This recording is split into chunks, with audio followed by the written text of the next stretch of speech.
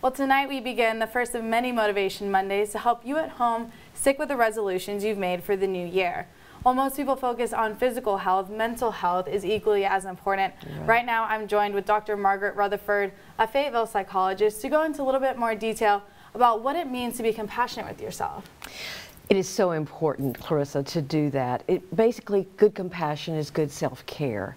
And at this time of the year, we're all talking about trying to take better care of ourselves, and so this is a wonderful time to talk about it. Self-compassion is simply going back and acknowledging what happened to you in the past and giving it its due, like, just as you would for someone else. You have the compassion for someone else and you're just giving it to yourself instead.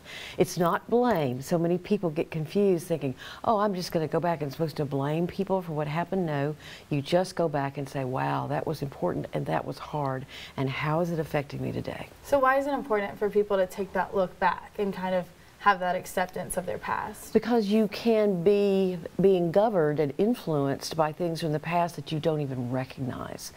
You can, for example, we use just a very simple example of you get angry when someone raises their voice and you have this overreaction to it. You probably had something in your past where either someone was very angry with you or your anger wasn't allowed in your family. And so if you go back and you look and say, oh, that's why I have an overreaction to it.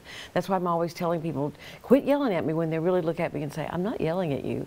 And so that's so important to know. I found a quote the other day that I just love. It said, if you don't feel it, you will live it. And what that means is you will live through an emotion, or your actions will be being governed by emotions that you don't understand. You'll just live it like you don't know what's happening. And feeling it is going to give you some insight and understanding of it. Yeah, absolutely. And that can affect the people around you as well, right? Oh, big time. Yes, yes. I mean, basically how you know something has power for you from the past is if you're overreacting or underreacting in a situation. If all of us, for example, if you were yelled at a lot and you are attracted to someone who can be abusive or threatening and you don't react to their anger, it's familiar. That is just as much being governed by what happened in the past as the person who overreacts.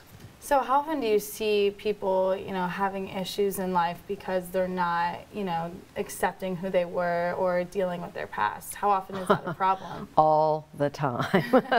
We live in Arkansas, in the middle of the Bible Belt, and so often people either believe, and religion is a wonderful thing, spiritual faith is very important, but sometimes they will say, I don't want to go back and acknowledge that. It means that my faith isn't strong enough or something like that.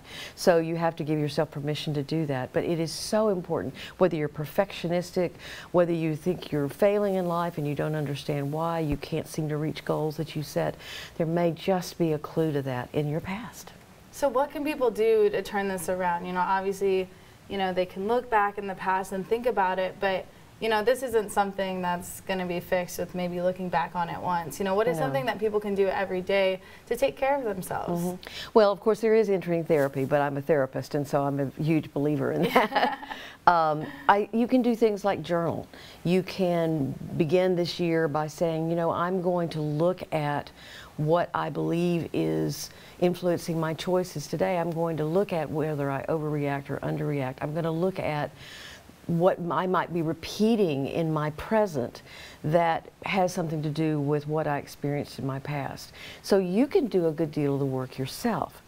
You can also read, of course, books on trauma and things that happen to children and see if you find yourself there. There are so many websites now that are wonderful websites about people telling about their histories with trauma or abuse, or their histories with just poor parenting. One of them's called The Mighty. It's a wonderful website. One of them's called This Is My Brave. Bring Change to Mind is another one. So, of course, haven't talked yet about actual depression and anxiety, and so many people have that in our country. Millions of Americans suffer from that. So if you find yourself in the criteria for depression, then you can say, oh, I'm just depressed, I need to take an antidepressant. No, antidepressants can help, but you have to do this work yourself. It's taking those steps. You talked about a lot of great websites, and I know you have a website of your own. It's a drmargaretrutherford.com. And if you want to hear more from Dr. Rutherford, you can find a link in the story below. All right, well, thank you so much for your time today, and I can't wait to talk to you later. Yeah, sounds good.